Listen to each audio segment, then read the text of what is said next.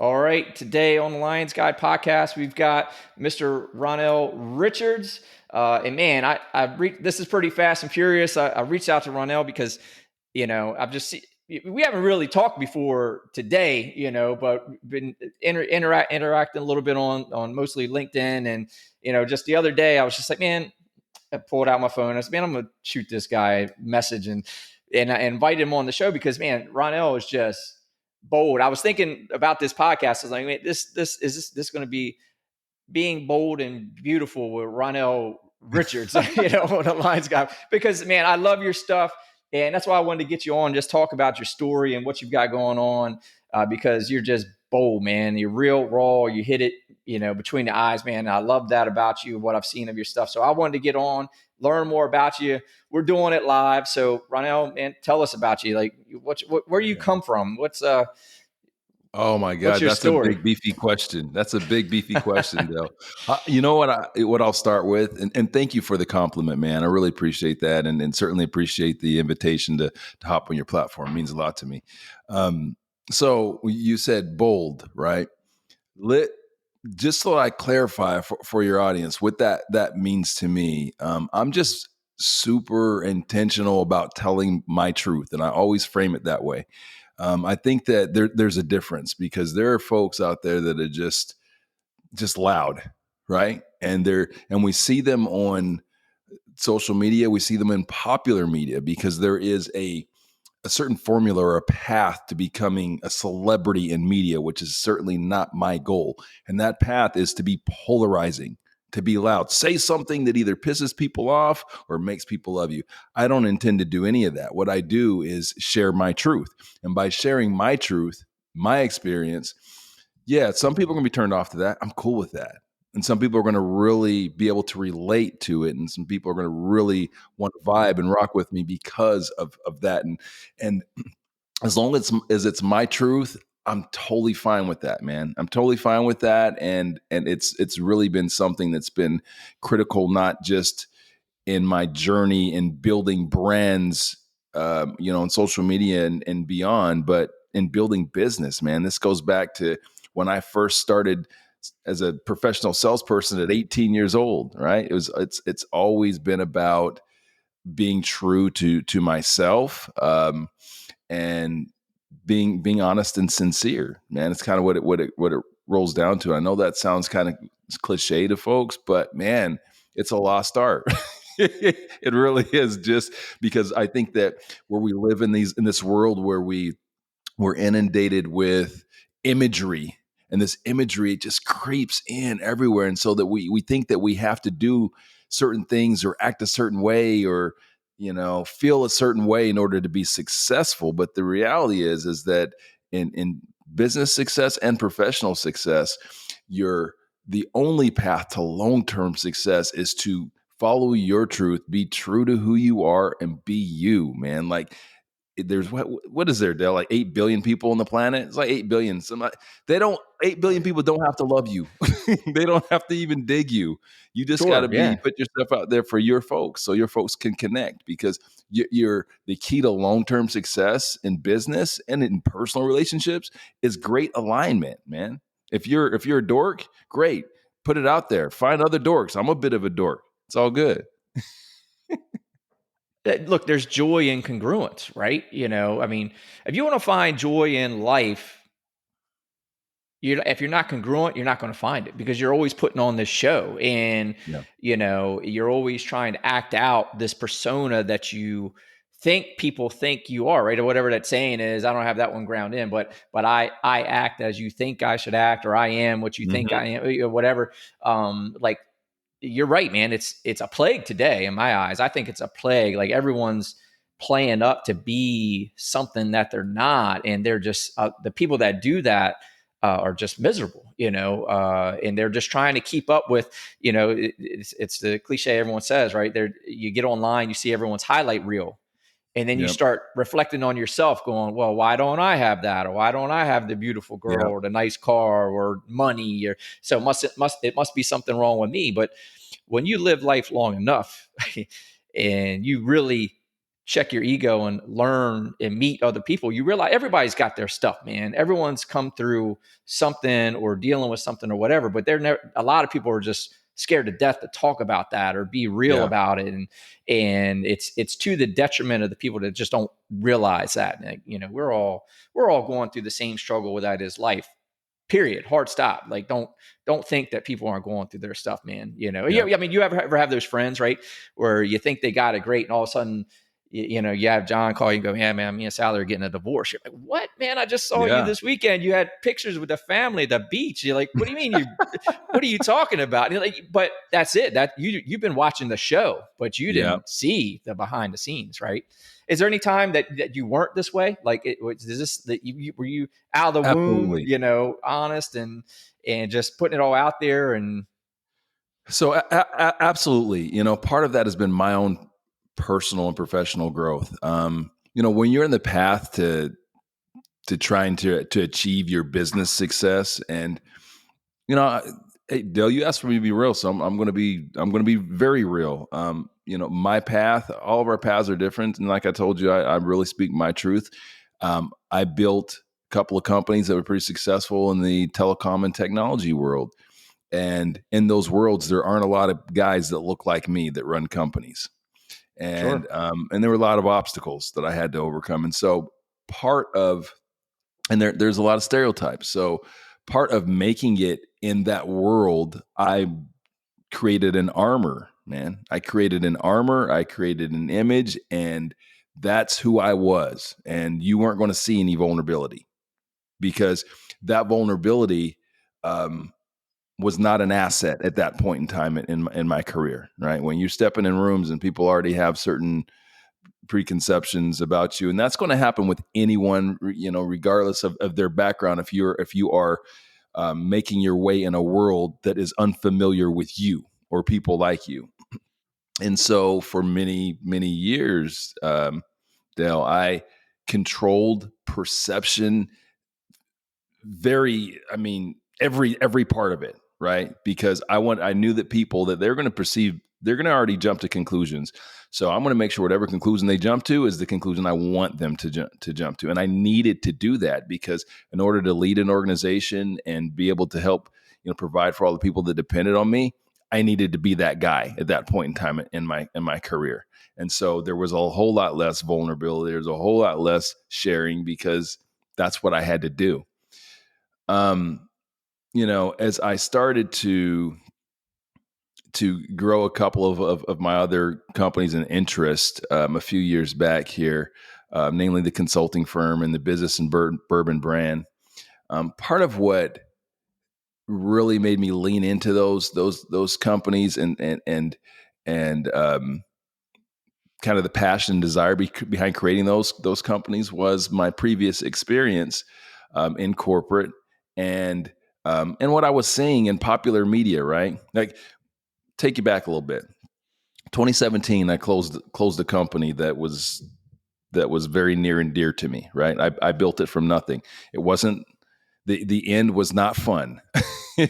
It wasn't I sold off to a bigger company. It wasn't that, it was that one day we were really successful, and within 8 months, due to a whole bunch of different dominoes falling, we had to close the doors, right? And I had to give pink slips to everyone, which sucks, guys. Don't recommend it. Not fun.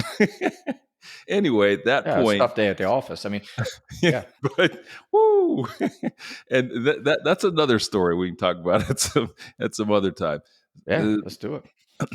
Anyway, so at that point in time, I just kind of had to decide, where I wanted to, what passions I wanted to lean into, what businesses I wanted to lean into. And I had already created a consulting firm, and we had this little thing called Business and Bourbon, which started as really something that it was started as a newsletter, Dale. It was just a newsletter. It was a newsletter that we put in the company email to go out to all of our partners and our customers. And it was just kind of one of these pieces so that people could see who's running the company, right? So that they could see that we were more than just a logo, right? Oh, there's a guy behind this. There's people behind this. And so we shared business and sales and marketing and advice. Anyway, so at the time when we closed that company, I'm kind of thinking about what direction I wanted to go. I'm also searching a little bit, and I'm looking, and I'm seeing social media, and I'm seeing a lot of talking heads. I'm seeing a lot of people on video. And at the time, you got to think I had been through a lot, right? You know how it is in entrepreneurship. It takes a lot. And we don't ever think that we can have that ultimate failure, because part of what makes us successful is that we overcome failures, right? We just eat them up. They come, and then we create solutions. Anyway, so at that point in time, I'm kind of searching, and I'm looking at social media and beyond, and I'm looking at popular media, and I'm seeing all of this imagery out there. I'm seeing all of this, what I've come to call entrepreneur porn, which we've trademarked, by the way. Entrepreneur porn, which is all this stuff that romanticizes entrepreneurship and doesn't really prepare people for success, right? It's not honest. It's not vulnerable. It's fake. It's not real, right? And so I said, you know what? I want to start to do something. I want to start sharing my truth a little bit, right? And I was a little wounded at the time. So I'm like, as well. So maybe the my feelings I was in my feelings a little bit more, but you know what? I don't like this stuff because it's not real. I just came from the realest situation you can possibly have in business. And so, so I said, I want to start sharing some of this stuff with people. So I started using the Business and Bourbon platform. We expanded that to start creating content, right? So we basically took the concept, went out to some distilleries and bars and restaurants, and started having these conversations, about business and sales and marketing, where I was sharing the stuff that I've learned over the years, my truth, but in a honest way and a real way, not in a way to like bum people out. Like, that's never been the intention, dude. I don't want to bum people out, but I don't want them to get trash. I want them to get real, actionable advice and direction from people that have done it, right?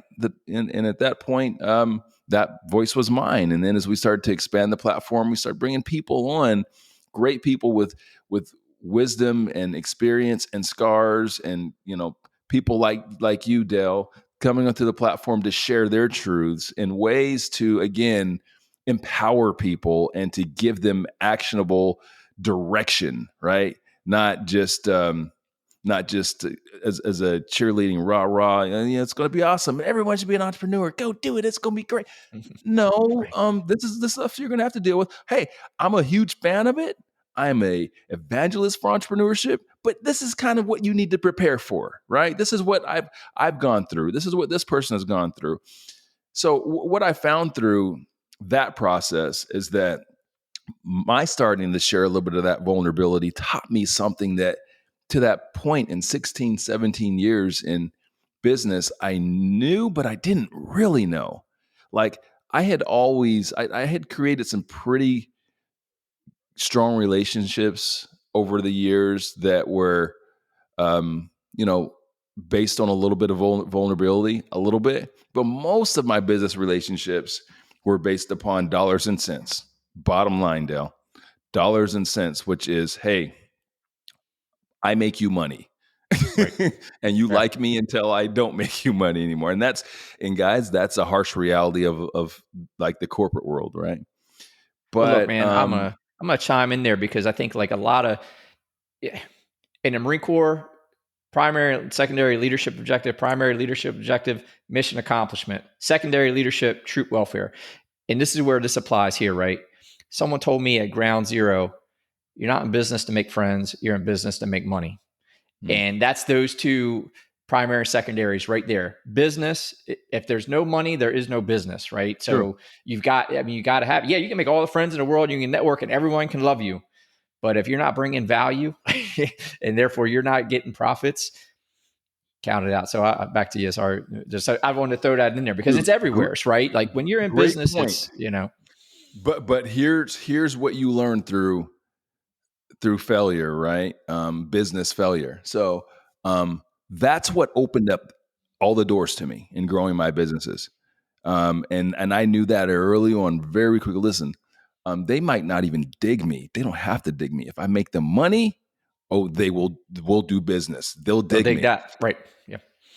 Here's the thing about that, which is great because that makes you a proven commodity and people will come back because they know you're making money. Problem with that is what happens when you don't make money? Where do they go?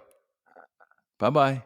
They got no use for you. Right. Right? Like Yeah. you thought you were friends. You're not really friends. So here's the point that I want to make in that is that what I've learned over in my journey is that great business relationships are built on a couple of things. Always bringing value. One, to your point, they're always bringing value. You got to bring value.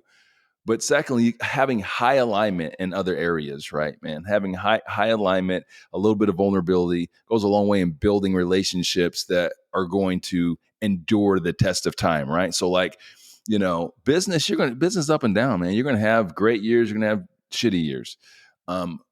When you have those down years, when you have that down quarter, and you have that down, who can you call on?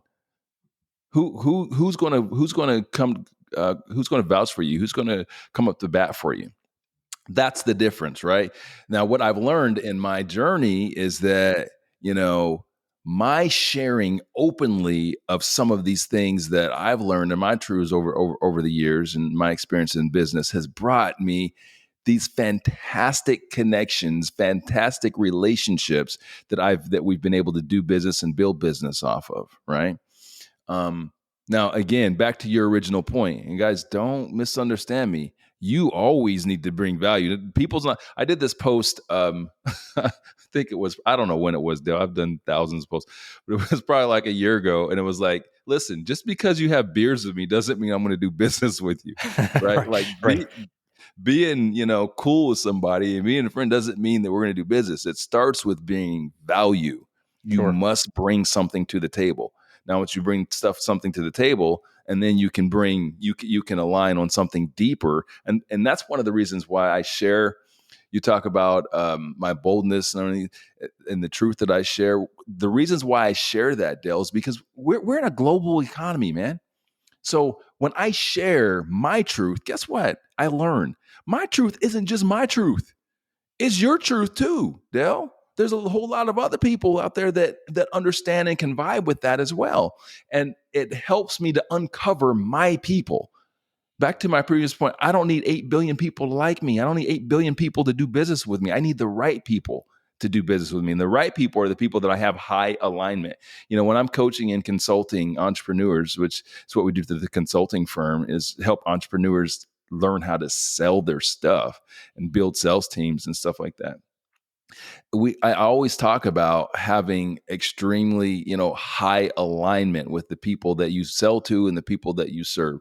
Having high alignment comes down to a few things. I mean, one, obviously, you got to know that business. You got to be really comfortable with that business, know what it is that they do intimately. But it's also all this other soft skill stuff, man. Like, Dale, you dig football? I dig football. Like, it's these are the separators, Mm-hmm. right? I had a salesperson ask me the other day. It was, and I'm paraphrasing this because I can't remember exactly what she had said, but it was something about how, again, paraphrasing was kind of like, how do I separate myself, right? Well, I said, first of all, your product doesn't separate you because you're in a product where there's a whole lot of, you sell a product that a whole bunch of other people sell, right? So you obviously your product has to be good. It can't be a shitty product. But if your product is good, still there's a ton of other people that sell your product. What separates you is you, because you're the only person, you're the only individual on the whole planet that is you. So you Right. have to lean in. I'm not saying that, I'm not telling folks out there that go out there and tell all their life stories on social media and all that stuff, but understand that you have to lead in sales and business with you and your story, because you and your story is unique to every other person on this planet. And that's what's going to connect people with you. Are you And that's familiar what's with going to motivate them. the Wolf of Wall Street guy's book? It's called Way of the Wolf. And one of the things I picked up from that I thought was true. And look, when you get all these sales and marketing books, they say a lot of different things. And to your point, I think when I talk to people that are about business, like do what I've said this a million times over the last 20 years, right? Like I looked at my business as a piece of art. I wasn't trying to copy someone else's business. I was trying to make my piece of art. And that's my, right? If you look at art, that's made like that. That's the uniqueness of it. It is its own thing. In a business, to me, I always use that analogy. Like, man, this is a work of art to me. Like I'm on a canvas trying to paint my picture. I'm not looking at what they're doing because I don't know if that's working for them. Only they know. And what am I solving for by chasing what other people are doing? But to your point here, one of the points I took away from that book that I think is at least worth knowing is that he said he ordered the priority in which people do business with someone. At first, they have to like you. Second, they have to like the company, and then they have to like the product, right? Because if they love the product, but they don't like you and they don't like the business, they're going to find the product somewhere else, right? So he was kind of calling out to salespeople, like they've got to like you first to want to do business with you. Then they've got to like the company, and then they got to like the product. They got to like all three. But it was interesting because I thought, Dale, no offense to Jordan Belfort. Yeah, he's been Jordan really Belfort, successful, and he, scammed a whole bunch of people, and now he's super rich from doing that. But I have a slightly different perspective. I think the number one is value. You must bring. Listen, you got to bring value to the table. You got to bring something that I care about. That's number one, because I know. I'm in the sales business. This is what I've done my whole life is create sales teams and coach sellers and everything. I know a lot of asshole salespeople that are super successful because they understand how to articulate their value right off the bat. Now, if you understand how to do that and you can connect with people at a higher level, man, yeah, sky's the limit for you. But understand this, first and foremost, just like I said earlier in the conversation, brother, I can like you. We can go have beers. We can go hang out. We all know these people. We can hang out, people, have beers, have a bourbon or two, but I am not doing business with you. Yo, true, yeah. Because you can't bring value to me. And I might have had it upside down, pulling my notes on it. I'm reading it now. Like, prospect must love your product, prospect must trust and connect with you, and a prospect must trust and connect with your company. So I had it a little bit backward. He's got product first. You're right. So you've got to solve for something. Me and Jordan got all right.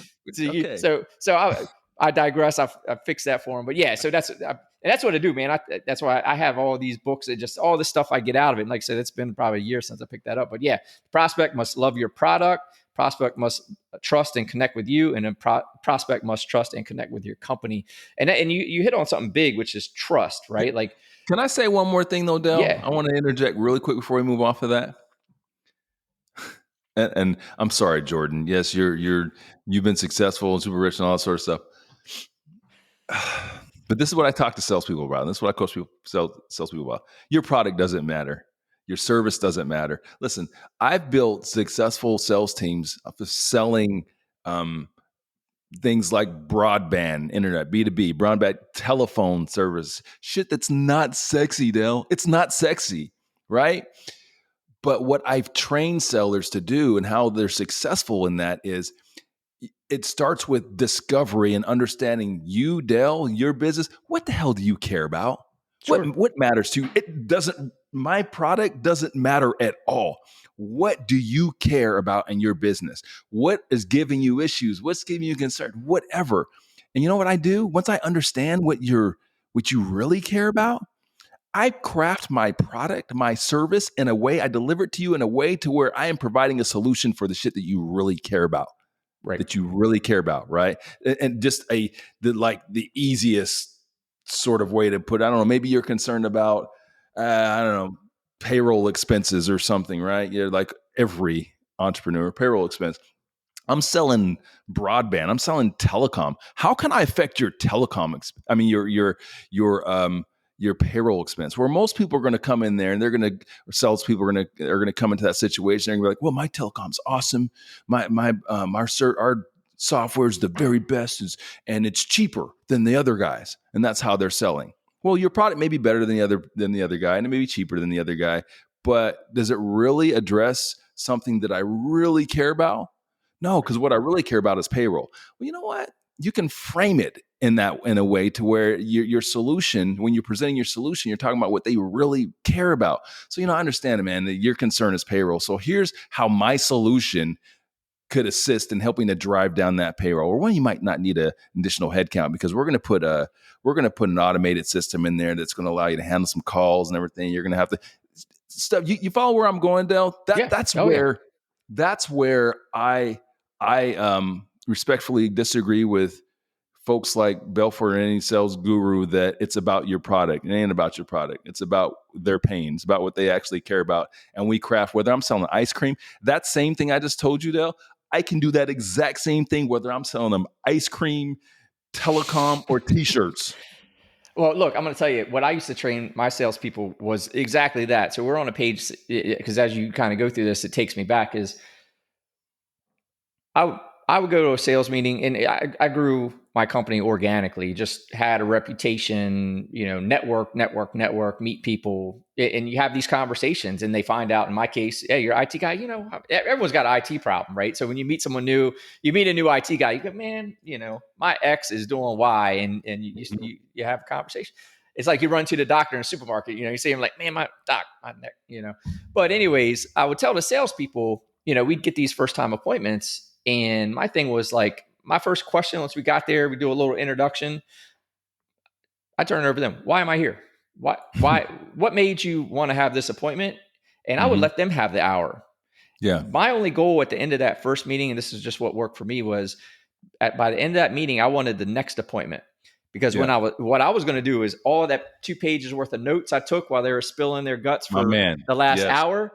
Yep. When I come back, that's all I'm talking about. That's all I'm talking about. Exactly. And then, Steve Jobs, when he did the Apple stuff in the end, but wait, there's more, right? So when I would come back to that presentation, right? So the first meeting, they're presenting to me about their problem, and I almost wouldn't even solve it. I would try not to. And all I was solving for was getting my presentation meeting. I would go back, put a presentation together about how I'm going to solve their problems. And I would solve their problems. Then I go, but wait, there's more. In solving your problems, these are the other things that you're going to get by choosing me, right? So, because I know I've got a whole list of stuff that we do. And that's what I would train salespeople on, because my salespeople, they will come in, and we would go in there and the customer would be like, yeah, my current guy doesn't call me back for 2 weeks. And it was typical stuff. My backups don't work. People don't call me back. It was always about service. And my rookie sales guys would go, well, we provide the antivirus, and blah, blah, just start talking about something else. I'm like, dude, stop it. Like he told you his guy doesn't get back to you for 2 weeks, and you're going to talk to him about it. We provide antivirus. Come on, man. Like it, but that was it.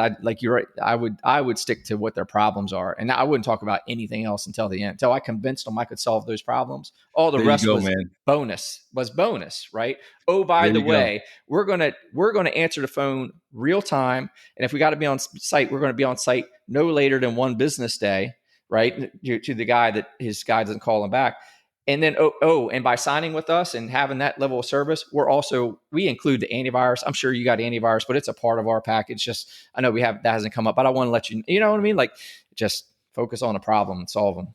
Man, what a great approach. And I'm there with you 100%, man. The one thing that I'd add on to that for any of your listeners that are sales folks, which by the way, who isn't? We're all in sales in some respect, is that, and you guys can check this out. I'll give you guys a tease. You guys can check this out in my book that's coming out this year.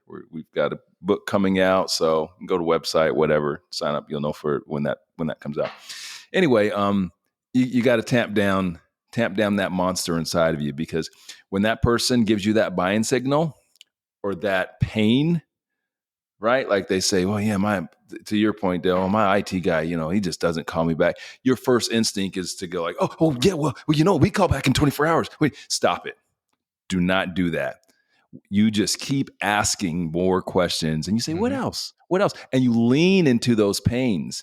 Yeah. So, what I used to tell my sales folks, and I still do to this day, is we have a much smaller sales force, but we have a pretty good, really talented sales force, is that it's our job to find that pain, right? You find that pain, and that pain may be a little cut. Then we're going to stick a knife in that pain and we're going to make it huge. They're going to feel that pain. And then we're going to present our solution as the biggest Band-Aid in the world for it. So tamp down that advice monster and the desire to immediately address those concerns and keep asking them questions and take notes. Yeah. Don't use your brain, man. I'm sorry. I know you guys out there probably think you're super smart. I'm sure you are super smart and you can remember everything, but there is science that tells us that you cannot. So take copious notes and all this little stuff they're telling you when you ask great questions and you keep asking and always and more. What else? What else? What else? They're going to give you the recipe. They're literally going to give you all the recipes, all the ingredients to close them and the recipe. So they're giving you the ingredients, and then all you got to do is walk away. Thank you. Thank them for their time. And when you come back, you're going to shoot all that stuff right back at them, and you're going to show them this beautiful cake that's exactly what they want, and you can close the deal. Yeah, and that's a point I wanted to jump to, which was, and you're talking about this in a way earlier, which you call trust capital, right? You're building trust, right? You're building trust with them. The more they trust you, the more likely they are to buy, right? So if you go through that meeting and then you come back and go, this is what I heard last time, man, you're worried about payroll. Your guy doesn't call you back, and that affects your business by XYZ, and you kind of are able to echo back everything they told you. Man, you're just building that trust capital because wow, these guys are listening to what I'm saying. They're it's key. It's key. It's building that trust capital. Because as decision makers, Dale, we don't care about you. You're a nice guy and everything. I don't care. I don't care about you. I don't care about your product. I care about me. I care about my business. I care about my employees. I care about keeping the lights on. So when they understand that, which is one of the best ways to prove that you care about them is showing them that you are listening. To your point, that you're listening. Man, that builds tons of credibility and tons of equity in that relationship. So we're going to jump way back. So one of the things that you were saying you weren't trying to scare people off with this, this thing like this glamorizing, being an entrepreneur and all that stuff. You're really setting their expectations, right? Because that's what you got to need. Like that world. And I remember back in 2005, and it was just like, when we were getting going, I started a company, about in the early 2002 was when I incorporated the first time around. And by about 2005, 6, we're rolling a little bit. And I remember someone just that didn't get it goes, man, it must be nice having your own business. And the only thing I could say was, you must have never had your own business before, because it's not nice. When you're an employee, you got it easy to a degree, and I'm not oversimplifying, probably get some hate mail for this, but as an employee, you don't have to do a ton of thinking like someone who owns the company does, right? You get to clock in, you get to ask, what do you want me to do today, sir, ma'am, boss, whatever, and what time can I go home? When am I getting my paycheck? How much paid time off do I get, right? You got some things but man, when you own the business, it's nonstop. It's all on you. It's nothing nice about it. Now you can make it nice. You need it once you learn, you build your systems. I understand how you get your piece of art, your machine going. It's nice. It can be nice, but man, building it like the glamorization of just go start your business, man. It's going to be great. Look at the car you're going to buy. It's not that. You got to put in the work. Well, my philosophy on that and what I try to tell people is that I just want to arm people up and give them great direction and advice from myself and others that have actually experienced this. Look, entrepreneurship is beautiful, man. It's been a beautiful gift in my life, but I think that one of the, if you want to be successful in it, you have to understand what success really means and what the outcomes you really want from it. And if your focus and your goal is, hey, I want to be rich, you're probably going to fail. If your focus is like, hey, man, I want freedom. I want to be able to make the calls and to determine the chart of my life, and you're capable of handling that, it's going to be amazing. It'll be a great journey for you. For me, I have two kids, 17 and 19 years old. And I have coached every sport. I have been to every crappy school concert. I've been there for everything. And that's because I have the freedom and the ability to do that because of my entrepreneurship, right? Sure. That's Yeah. success for me. Yeah. Hey, did I make money? Yep. Made money, but I lost a whole lot more money before I made money, And so my goal in what we do with Business and Bourbon and the platform, which is, through public events or public networking events and through the content and all that, it's just really to help educate people for one, and to help people to build these greater relationships. I mean, you served, right, Dale? Military, Marine Corps. Yes. Yep. So before you went over and you did a tour, what happens when you start? What's the first thing that happens when you get into the Marine Corps? Where do they send you? Boot camp, culture shock. Exactly. Yep. So like, they don't send you to play like video games. They don't send you to play Call of Duty. They send you to boot camp, and they put you through some hell to help prepare you for what it is that you could potentially have to deal with. And so that's kind of how I look at our approach. It's not, obviously, again, with all due respect for you and your service, it is nothing anywhere near that, but just we want to help people, prepare people for what it is that they're really going to have to deal with. And we do that by sharing our truth, right? But it's not just like, hey, look, this stuff sucks, don't do it, you're going to have to know. It's like, hey, look, yeah, this sucked, this was not fun, I went through this is real. Now I'm on the other side of it, or maybe I'm not on the other side of it, I'm in the middle of it right now. I mean, I've shared content where I just dealt with an employee issue, right? Like real time.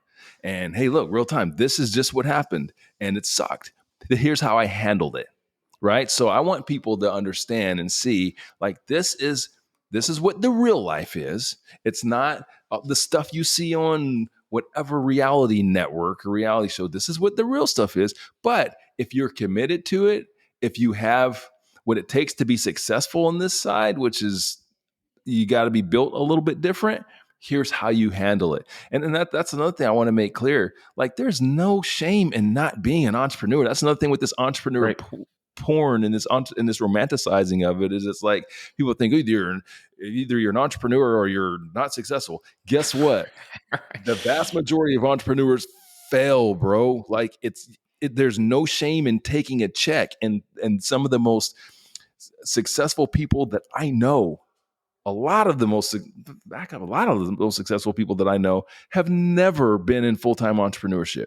Never. They have worked for a company. They've been smart. They've made investments, and then maybe they dabble in some entrepreneurship. They get property. They do things like that. To do this, and if you want to do this, it is not about getting rich. It is not about getting wealthy. You look at guys like even the people that are the celebrities of entrepreneurship, like, Elon, right? Bezos, like, what drove them was not wealth. It wasn't like, read all their books on it. It was never like, oh, I want to be the richest guy in the world. No, it was something else.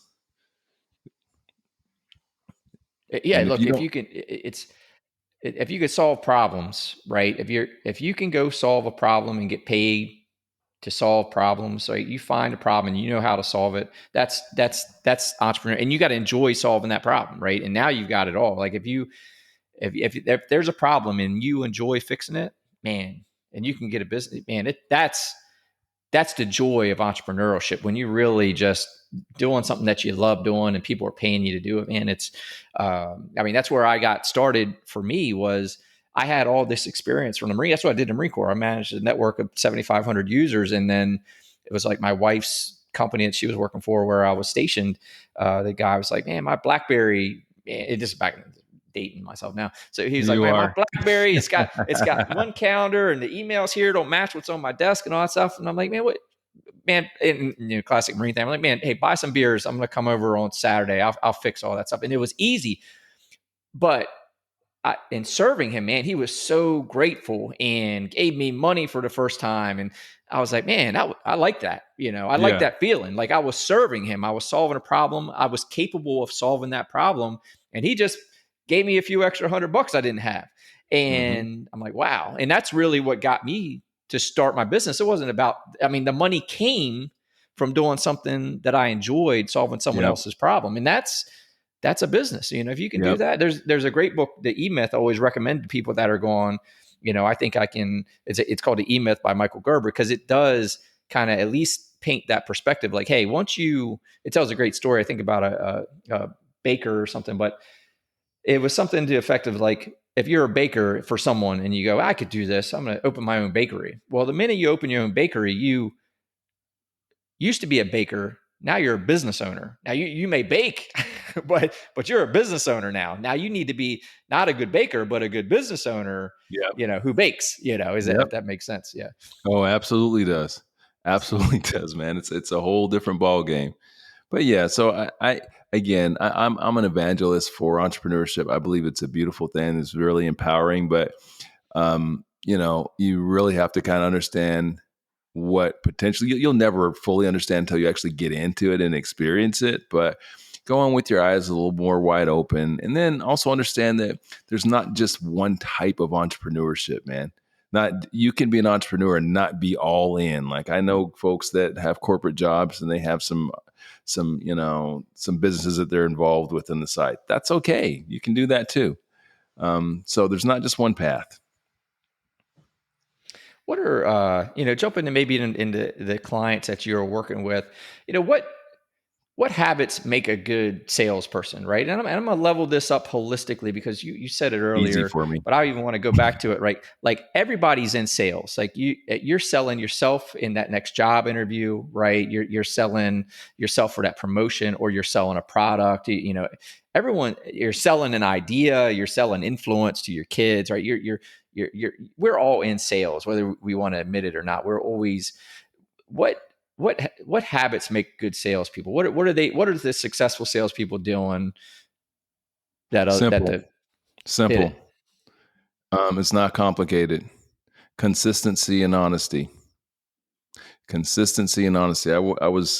had someone reach out to me a little while back, and they're like, talking about the numbers, right? Like like being managed to numbers don't work or whatever. Like the numbers always work. It's the bigger issue. Now, don't get me wrong. It has to be intelligent numbers. Managing to intelligent numbers. But where the system usually fails is the salesperson lacks consistency. Like we get away from planting seeds. We get distracted. If you're a salesperson, you are a farmer. You're a farmer that's in the business of always planting. But what happens is we get a little success, we get a little crop, we get a little harvest, and we're like eating that crop, eating that harvest, and we're just getting fat and feeling good. And we forget that we have to keep planting, right? So there's that consistency in their actions. And the other thing is just really, I'm summing it up in the word honesty. And here's why I use that word specifically is because there is this weird, just bad stereotype of the salesman, the fast talking, say anything to get the deal salesperson, and there's this perception of that. Part of it's because of shows like Wolf of Wall Street. There's my Jordan Belfort thing, which, by the way, it's entertaining, but I hate that show. The Boiler Room is another one that I hate, and I know you guys are like, Boiler Room is so awesome. No, it's shit because it's not real. Anyway, the point that I'm making is that I'm summing this up to honesty because it's all about investing in the client, man. Investing in the client, being genuinely concerned about their welfare, and being honest about what you can do and what you can't do. Right. And, what that's going to do is it's going to build long-term connections and relationships for you. That's the long game, man. I've been in business long enough, just like you have, Del, to see those guys that are the The flash in the pan. The flash in the pan, the flash in the pan guy is that guy that's like the fast talking, come in and, do whatever, say whatever to get the deal. And guess what happens? That guy, his customers hate because he over promises and under delivers, right? And then he disappears. We've all dealt with it because we go in after that guy and they're like, oh, I hate this guy, such and such came in and sold something and he didn't, and then I could never get him on the phone and all those sorts of things. So I'm summing all of this up at the honesty. Maybe a better word is integrity, but it's all kind of the same thing. So, being honest with our clients, being honest with our colleagues, our peers, because in sales, the success is in the long game, guys. The success is in the relationships that you're going to build, not just with your clients, with the people that you work with. If you're new into sales, you're new into business. It's not just a sales thing, this is a business thing as well. But if you're new into sales right now, you're starting your career, there's someone that you are working with right now. They may not be a salesperson. They may be your sales manager. They may be a technical support person. They may be an admin person, but there's someone that you are impacting right now in a positive or a negative way that is going to potentially be of benefit to you down the road. Trust me, I've seen it. For you guys that are just getting in, I'm 20 years in now. Del, you're 20 years in. You know that. So being honest and using integrity with as it relates to your customers, your prospects, the people that work around you, that's where your success is going to be. A lot of people are going to talk about techniques and skills, and yes, you can learn different strategies, different things. You learn how to prospect better. You'll learn how to the X's and O's of the game. But if you stay true to those things, you will be successful. Absolutely. No, that's, and even in the places that you need to sell yourself, not necessarily in sales, but the consistency, it's like give them something to say yes to, right? So if you're going to go ask for the pay raise, right? Well, it can't be, I've been working hard the last week and I should get a pay raise now. But if you go to the boss and he looks back and he sees 6 months, a year of just, you're putting up the numbers, right? You're putting in the work. It's just, you are consistent in that regard. It's a layup for him. When you go in and you've been consistent, I'll use integrity. You've had integrity towards your work. You're earning it, and you go and have that conversation where you need to sell your manager, your boss on that pay raise. It's a done deal. I mean, from the respect that you're bringing value, right? Which we were talking about. You're bringing value. You're consistent, and it because you've got the integrity in earning that pay raise. It's a layup for him. You gave him something to say yes to. How can you say no to that, right?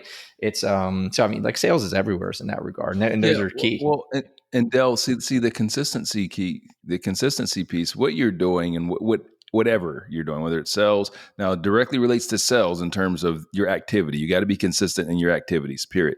But in anything in business, what that consistency does for you in whatever you do is it builds credibility and your reputation. That's what you're talking about. So if you're consistent in whatever it is you do, you're a CPA, admin to the CPA, and you're consistent in your actions, you're consistent in your activity, you're consistent in your deliverables, you're building a reputation for yourself, you're building credibility for yourself, which is always going to pay off. Right. Absolutely. So what do you think? Consistency. What other habits do you think contribute most to your success? So the first thing I'm going to say, Dale, is always a student, bro. Always a student. Like none of us has ever really got all of this stuff figured out. I mean, I think we always have to be growing. And if you're not growing, what's the point, man? And being willing to challenge what I know. Right. That's something that a lot of us struggle with, especially the more accomplished we get, or the more success that we have, and all just experience. We think that we know, and so now don't get me wrong.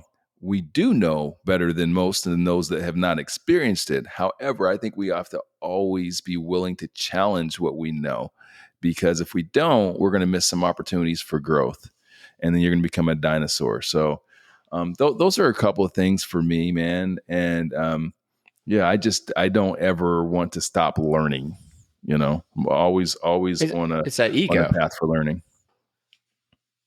right? It's that ego, right? Like checking your ego I know what I know, right? But I know there's plenty I still don't know and I can be learning from. And, it's just times change.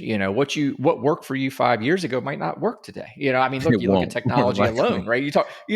Yeah. Sales and technology. What worked 5 years ago that probably doesn't work today, with regards to tactics, I guess, in sales, possibly as a quick example. But so you got to check your ego and always be evolving. Let's say, you're learning new things, evolving, taking a game to the next level. There are some fundamental truths in business and sales that they don't ever change, right? Sure. Technology changes and how we execute changes. But you dropped a couple of books. I'm not one for dropping very many books because I have the largest collection of partially read books on the planet Earth. But I will tell you that there's one that impacted my life that, where you just mentioned ego. And, that's Deepak Chopra's 7 Spiritual Laws of Success. And what I learned when I first mostly read that book, like over like a decade or so ago, is it really helped me to understand the concept of ego on a deeper level and the purpose of it and the power of it, the power of ego and the power of absence of ego, and knowing when to tap into each one of those. Like ego's necessary, guys. Listen, you're going to do things that have never been done before. You're going to get out and you're going to make those cold calls, or you're going to go talk to a stranger. You got to have a little something in you that says that I can do this, right? That's ego. The bad part of that is when that prevents you from, to your point, Dale, prevents you from learning more, from growing more, because you think you know something, right? So it's important to, again, know when to tap into that and know when absence of ego is equally as important, so that it doesn't stunt your growth and your learning. So that's one, and it's a short read, guys. I would very much encourage leaders, everyone, go check out that book. It's one of my favorites. So it's Deepak. What was the title of it again? Deepak Chopra's 7 Spiritual Laws of Success. Awesome. I've actually not read that myself, so I'll cue it up. It's an easy read. So, but it's a great book. You're consistent, right? Segue. You're consistent. Where I came across you is on LinkedIn. You're consistent there in a huge way, real raw. But just where do you get the energy for it? How do you keep your energy up? I'm stubborn. Which is another great quality for entrepreneurs. It's not that I don't like to lose or don't want to lose. A lot of people say that I don't want to lose. I want to fail. I don't ever look at it as an option, right? So that's part of my success in business, is that I never say die. Right. So you talk about my consistency and I'm going to answer your question about the energy, but I never say die, man. Like and that's why, when we closed the company RD Direct, it was so devastating to me. So devastating. That's part of the reason why, because sure, that's just my mentality. We always make it happen. It's not that we don't run over obstacles, but we're consistent in actions, and we always fight. Anyway, back how that kind of relates to your question on LinkedIn and the energy there is, once I get committed to success on something, I'm committed to it. I want to see it through regardless. What has helped me in terms of being able to execute on that platform and doing other things is, I bring in additional resources. Like, we can't do everything as much as we try. Sure. And I've tried.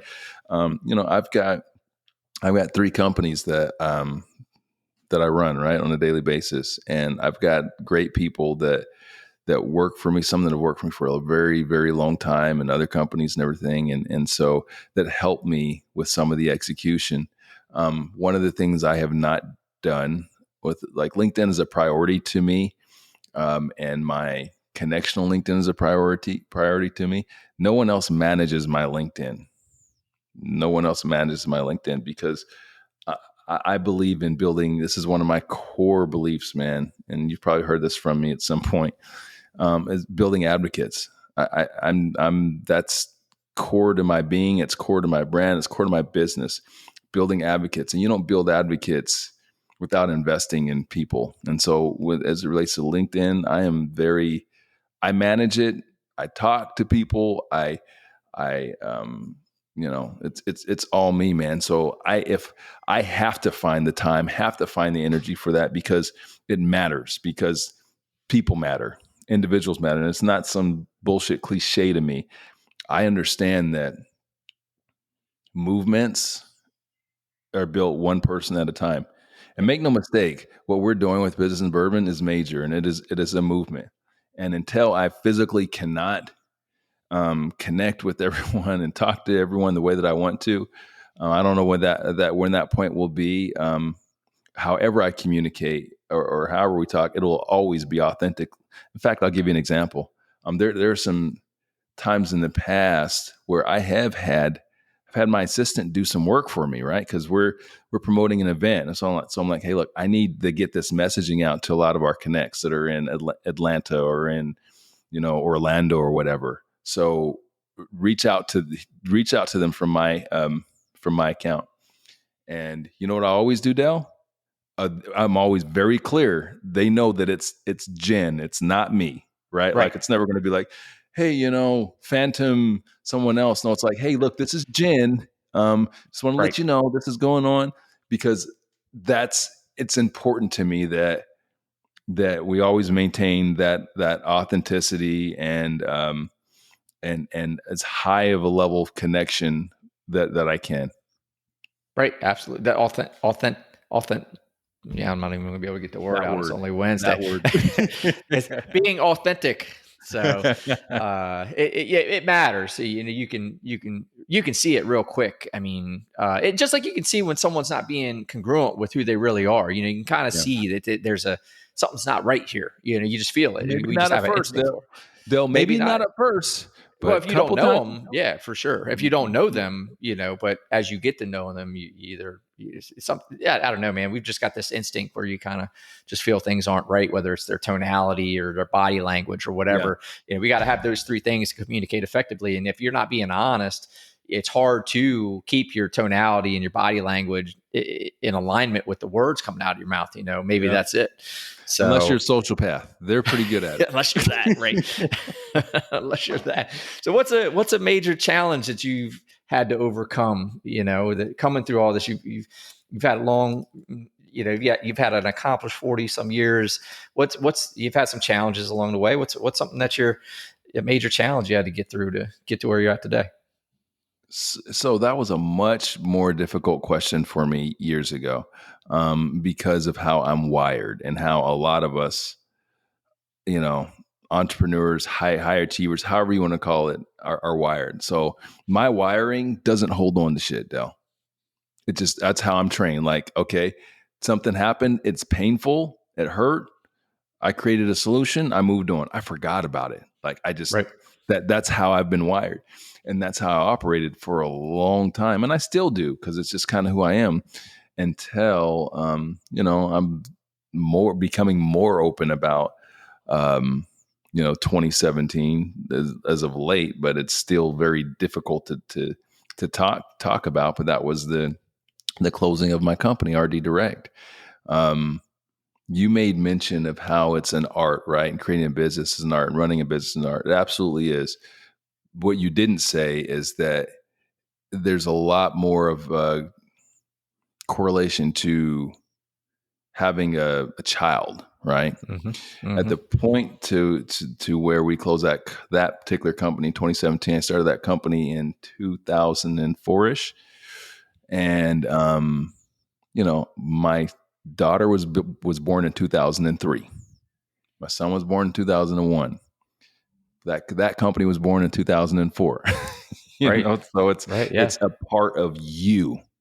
It is, and for me, the way that I run business, and to this day, it's not all just business to me, right? It's personal. Right. People will say that's not personal. It's always personal. Best believe. Listen, when you are another, you've made a lot of decisions that are tough decisions that affect people's lives, right? Had to let somebody go, or you closed an office or whatever. Those are lives that are affected. It is personal. Right. Yep.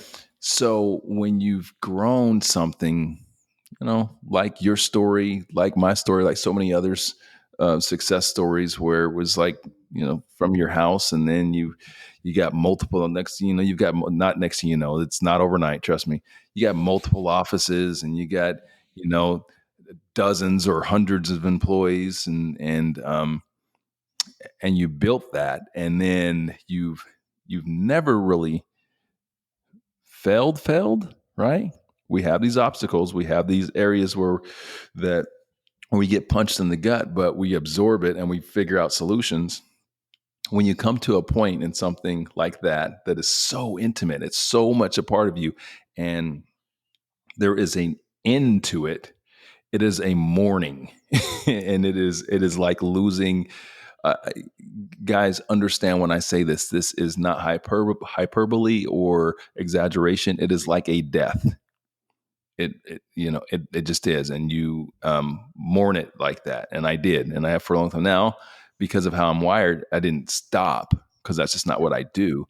Just like all of us, when you lose someone and you lose a friend or family member, you don't like not work before you go back to work a week later. So I kept driving, creating other businesses, but I had to also carry that with me in a lot of ways. Conversation for another day, but in a lot of ways. And so when I talk about what has, had a major impact and something I had to overcome, that is the biggest thing that I've had to overcome. That, everything that goes along with that, the feelings of it, the financial implications of it, the losing part of you. And guys, I don't say that lightly. That's really how it feels. But what I've learned, and part of the reason why I share, is that I have I'm fortunate to have a lot of successful friends in my circle, right? A lot of successful business people who've done a lot of big things, and to sit in a lot of rooms that I never thought I'd sit in. Anyway, when I started to have more open conversations about this stuff, about what I was going through, they started sharing with me like they'd all been through it. Yeah, some of them a lot more intense, a lot worse. So like in my journey now to start to feel more comfortable with sharing it, part of the reason why I do that, Dale, is I want to inspire some folks and motivate some folks that are in that dark spot right now, right? Because when you're in it, it's terrifying, right. And I know the power. I don't want this to be taken the wrong way, because the last thing I ever want anyone to feel from me is that I'm some dude that thinks I'm hot shit. I am not. That is why I manage my LinkedIn, all these sorts of things. Like, you start feeling yourself too much, and that's the beginning and the end. I'm not that guy. But I also do respect the influence that I have. I absolutely respect the influence that I have and the impact that I have and that I can have. And so I feel that by sharing this more and talking about this, I can really make impact and help people. So it's a mixed bag. Part of it is altruism, right? I want to help people. The other part is it helps me too. It helps me too, because it helps me to continue to process it and move past it myself, right? So that's you asked me the kind of the biggest thing I've overcome. That's the biggest thing. There's a ton of things that I've forgotten just because, the things that we get as entrepreneurs, like that unexpected 6-figure bill or something like that. You never know how you're going the to, first or tax how you're bill going to hit payroll. before you Yeah. knew you were going to have to pay taxes on all that money. That's like the first lesson. If no one ever told you, if you're starting your business, talk to your accountant first. So you're gonna owe some money if you're making money. And if you are, listen, guys, I hope there's no, IRS folks listen, but if you are making money in the first couple of years, you need to fire your tax guy because there's no small business that should be showing a profit in the first right. couple If you're of paying years. a lot of taxes your first few years, which means, you better get a new tax. Get a new tax guy. Right. Because, and that's the game. And that's a part of, learning more when you get into business. There's so much to learn, it's a game here. It's a game to be played, and the more you can get wiser, stronger, better in those skills, in that game business, like I said, you're not that baker anymore. You're not that tech anymore. You're a business owner now. So you've got to bring and learn those skills. And you don't have to be the tactician on all those skills. You don't need to do your own taxes and all that stuff, but you better know how how that game's working, so that you can guide your accountant correctly and have intelligent conversations with it. Because at the end of the day, he's just doing his job. It's still your business, right? That's true. So true. The more you know about taxes and business, you can have healthy conversations and seek his or her counsel better, and also tell them what you want, how your vision, things like that, just understand. There's absolute truth to that, Dale, but I'm also just, as a fan of when I talk to my entrepreneurs about finding trusted people, finding people that are professionals and putting them in place and empowering them to do their job. Because, to your point, like taxes, we'll just use that as an example. You can learn something about it, but you're never going to learn more than the person that's been doing it for 20 years. And the whole idea why you bring that person in is because they're an expert. They know the tax code. They know tax code in ways that you wouldn't. It's kind of like sports, like a quick sports correlation. There's a reason why there are agents. There's a reason why there's sports agents. And there's some of these athletes who are like, man, I don't want to pay that, 10% or 7%, whatever it is. I'm going to go ahead and do it myself. You can do it yourself if you want. And some of them, they get educated and they do an okay job. But best believe the vast majority that do it, they lost money. They left money on the table because they just simply don't know what they're doing. Right. It's like being your own lawyer, right? Like, don't show up to court. And I did that once. Only once. I did. Exactly. But, I guess I'll round that out because I agree with you. We're on the same page with that. But, to round that out, I guess the more you know to a degree what you need to know to be able to, like I say, have intelligent conversations, you'll be able to know a tax attorney versus a bad one. Right. Yep. And things like that. Because if you really kind of take this sloth of mind mentality, I'm not an accountant, I don't want to know that stuff, man. You just go do this. Just go do this. And then you find you had a bad one. And then when you find a good one, you look back and you go, yeah, man, you've been paying, 5 figures every year. You didn't have to. Yeah. Well, that's what that got you, it's just something, again, I like you, want to make sure folks getting in business need to know, hey, you're in business now. You've got to know accounting and sales and marketing. So my advice for that, find a good business coach. Hey, I'm over here. Find a good business coach, or find some peers in business that, and you can do this now. It's way easier than it ever was, just by, get a network on LinkedIn. Whereas when I started and when you started, Dale, we didn't have that shit. We're on our own. You had to learn all that the hard way. Oh yes. Because that will, having a peer group, having a coach or a consultant that you can bounce this stuff off of, they'll help provide the direction. I've been fortunate, and that's kind of, while I don't, Dale, actively not looking for a lot of clients, we kind of keep that the consulting business really kind of boutiquey.